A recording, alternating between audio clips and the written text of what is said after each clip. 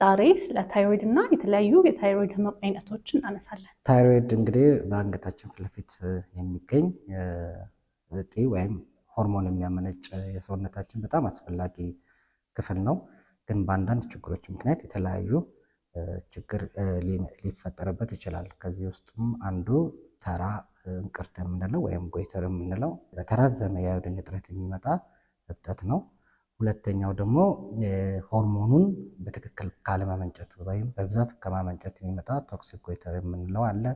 አንዳንዴ ደግሞ ማምረትም የማቆም ችግር አለበት ወይም ሃይፖታይሮይዲዝም የምንለው ሊፈጥር ይችላል። በሶስተኛ ደረጃና አሁን በጣም ኤንፈሲስ ልንሰጠው የምንችለው ትንንሽ እብጠቶች ወይም እንቅርት ሆነው ግን ካንሰሮች አሉ።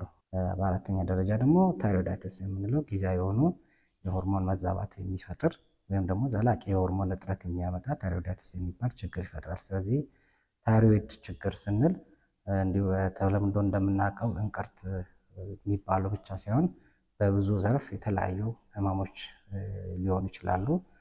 በዚህ አጋጣሚ የትኛውም አይነት የታይሮይድ ሰርጀሪ ለማግኘት ቡልቡላ በሚገኘው ዋሽንግተን ሄልዝ ኬር ቢመጡ እንገኛለን።